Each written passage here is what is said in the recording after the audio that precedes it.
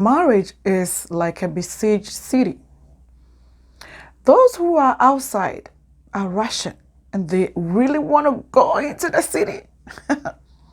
But those who are in the city really want to come out. Why are marriages failing nowadays? Let's dig into it.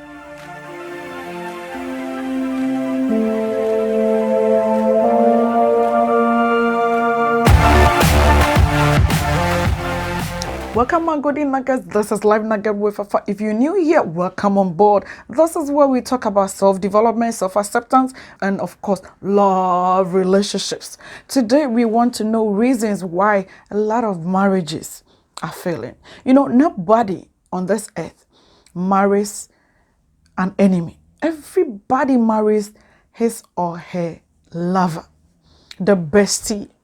So what happens? Number one reason, not in any particular order, lack of knowledge of the foundation of love. If you are building a house and you do not have a strong foundation, that house is not going to be strong. Every storm is going to blow that house down. And so before you get into marriage, you must know what it means to be in love and get into marriage. A lot of people do not know what it means to love. Marriage is built on the foundation of love. What is love? Love is kind. Love is patience. Love is long-suffering. Love forgives. Love does not keep wrong of the past. A lot of people do not practice this in their relationships. And this is why marriages, of course, are breaking down nowadays at a rapid speed. Percentages are rising higher every day. People do not know how to love. Partners do not know how to show kindness to each other. They are not patient with each other. No, they cannot just be patient with whatever the other partner has to say, whatever the other partner is going through. They do not have the time. They do not have the commitment. They cannot just tolerate each other. That is not love. People cannot just forgive each other. How can two people be the same? No, two people are the same. And so in the relationship, he is going to wrong you. She is going to wrong you. That is how it is. You understand? By all means, your teeth and your tongue, they are all in the same apartment. But at times, the teeth mistakenly bites the tongue. That is what I'm talking about. And so when couples do not know the foundation and they cannot practice this love foundation, your marriage is shaky. It's not going to last. It's not going to work out. The second thing that I want to talk about is immaturity and unpreparedness on either or both partners. Now listen, who on this earth wants to be a doctor? Doctors work with human beings, okay? And he or she just starts practicing without attending a medical school. Nobody does this, please. Love, and especially marriage, is human institution. Human beings come together to be in partnership, to be in marriage, to form this union. And so if you do not really prepare and mature before entering into the marriage union, you are going to mess it up. I've done a lot of videos about how to prepare before marriage, a lot of videos in this playlist. All right, you can check it out after watching this video. Now, this is what happens. You must be ready and mature. You must be mature physically, emotionally, financially, spiritually, socially. Are you really mature? A lot of people do not really mature before they go into relationship. And so when they get into the relationship and they start having issues, they start having problems, they do not know how to fix it. Emotionally, they are not stable. Financially, they are not stable. Physically, they are not stable. Socially, they are not stable. Spiritually, they are not connected in any way. So how do they handle the marriage? People need to mature and prepare. Prepare in advance. Everything that you want to do in life, if you want to travel, if you want to cook, everything, even when you are cooking, you need to prepare.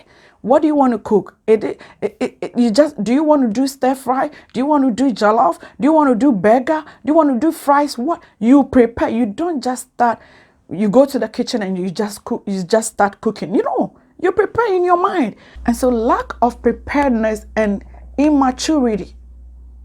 Okay? People are immature and they go into marriage. The third reason why marriages are not working out is lack of mentorship and counseling. Now, a lot of people nowadays do not want to be mentored. They do not want you to tell them what to do. They aren't ready to take whatever you have to teach them. No, they are living with their parents and they do not really want to be under them to learn what their parents are doing in their relationships to make it work out. Right? A lot of people do not also want to attend counseling sessions because they think that counseling is for people who are having issues in their marriages. No. I will advise you that before you even start dating, you need to go into counseling. Go to your pastor, go to your counselor, get a relationship coach, and let the person counsel you before you go into dating, before you choose, as you are searching, as you are chasing, okay, as you are hunting, and all of that. Make sure that you have counseling sessions before you start. A lot of people are not going for counseling sessions. All right, so they go into relationships and they do not know anything about what they are going to do. Some people do not know their responsibilities. Even when they know their responsibilities, they don't know how to tackle things in the relationship, in the marriages. All right, marriage is just like climbing staircase. Okay, marriage is just like crossing rivers, mountains, a lot of things you are going to face. And if you don't go through counseling, if you are not mentored, you are going to have issues. People do not want to be mentored. People do not have mentors. This is one major problem why relationships, marriages are falling apart. Because they do not have mentors. When they have problems, who should they talk to? They do not have any other person to talk to. All right? Because your husband doesn't have a mentor. Your wife doesn't have a mentor. When you have issues, you don't know who to talk to. And you are caught up in the net. So the next thing is just to get out of the relationship. Fourth reason why marriages are falling apart. Marriages are tearing apart at a rapid speed these days is wrong reasons for marriage. Wrong reasons for entering into the marriage union. I've talked about wrong reasons, many reasons why people date nowadays. All right. A lot of people have wrong reasons for entering into the marriage. Maybe they rushed into it. Maybe they went in for marriage. Maybe they went in for documentation. Maybe they went in for status. A lot of things. Maybe to acquire worldly things that are passing away. Wealth. To acquire money. That's why a lot of girls, a lot of women are entering into marriages for the wrong reasons. A lot of men are marrying for wrong reasons. So this is what happens. If you are married for beauty, you are married for money, you are married for fame, you are married for whatever reason you have, what about if that reason is not there anymore? What do? You will get out. So these are reasons why a lot of people, so this is one major reason why a lot of marriages are failing. If you do not have the right reason for entering into marriage, your relationship is not going to last. The days will be counting, the months, the years, and you will just want to come out. The fifth reason why marriages are failing nowadays is the fake life and lies of either or both of the partners. Husband is faking, wife is faking. A lot of lies are going on. The unfaithfulness on the part of partners. How is this going to work out? Or One is faking, one is always unfaithful, one is cheating, one is telling lies, one is not open, one is not clear on issues. These are reasons why marriages are breaking apart. All right? There are a lot of people who are faking. When you were dating, he or she was faking. He gets into marriage and he's a different personality. Come on, who is going to take this? A lot of people cannot relate this. You were A, you got married, and now you are B. I mean, it doesn't just add up. And so, you just want to get out. Husband tells you he's like this. You get into the marriage, he's not like that.